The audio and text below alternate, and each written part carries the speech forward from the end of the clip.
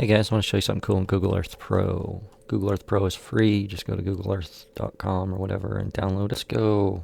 Let's turn off all the borders and places, roads. Turn all that off. Leave the terrain on. Alright, and let's go somewhere on the river.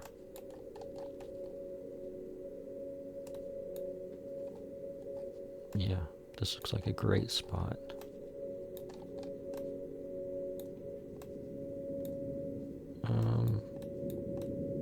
Ooh, there's a big circle on the river. Neat sandbar. Now we're going to go to this clock. And it's currently on 4:20:24, which is the current time. Let's go back in time and see how the river changes here.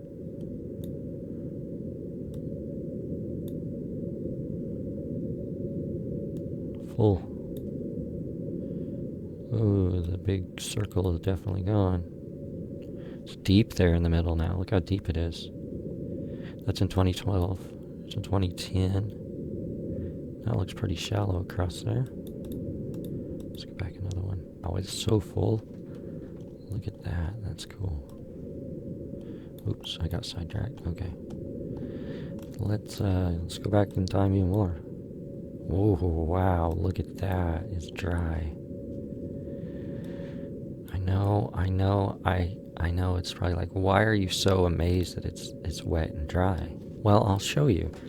See, that's like one of the key factors in finding arrowheads. Here's one time I was out hunting and the water started coming up really quick. And the pretty birds. Alright, so what I'm saying is, when the river comes up, it takes all this gravel, it flips it over, it cleans it, and it shows you a different part of time. Okay, here in Google Sheets, I've created this document that pulls in some data from this website, the Call Lake page. And you see here's the code for that. It goes equals import HTML from M2, which is this column right here. And from the list of 4, it pulls this data that goes into here, which is converted to a pure number, which right now is 0. And in this column, it says if B4 is greater than X2 and B2 is greater than Y2. Okay, so here's what's going on in X2 and Y2.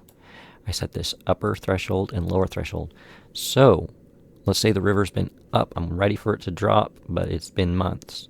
What I can do is I can put a threshold in here, and when it goes above or below that, it will correlate in this first column here.